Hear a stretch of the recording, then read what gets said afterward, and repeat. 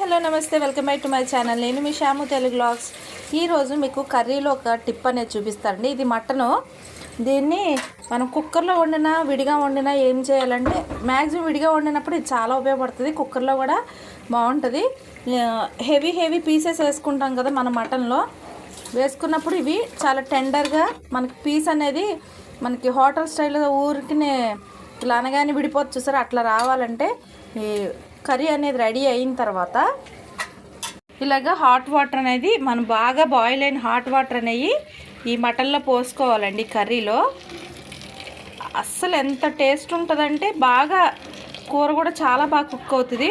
మీకు ఎన్ని hot water main cool water పోస్తాం కర్రీలో, అలా కాకుండా హాట్ వాటర్ పోయండి. కూర మాత్రం ఇలా ట్రై చేసి చూడండి, ఖచ్చితంగా మీకు నచ్చుతుంది.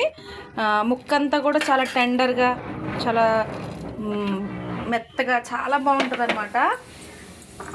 ఎప్పుడైనా ఒకసారి ట్రై చేయండి. మటన్ వేసినప్పుడు మనం కొబ్బరి ముక్కలు ఉడకడానికి ఇంకొంచెం ఏయో వేస్తూ ఉంటాం కదా ఉడకడానికి, అలాగా కాకుండా ఇట్లాగా మటన్లో మాత్రం కాచి బాగా వేడిగా ఉన్న నీళ్ళు మాత్రం మటన్లో పోయాలి.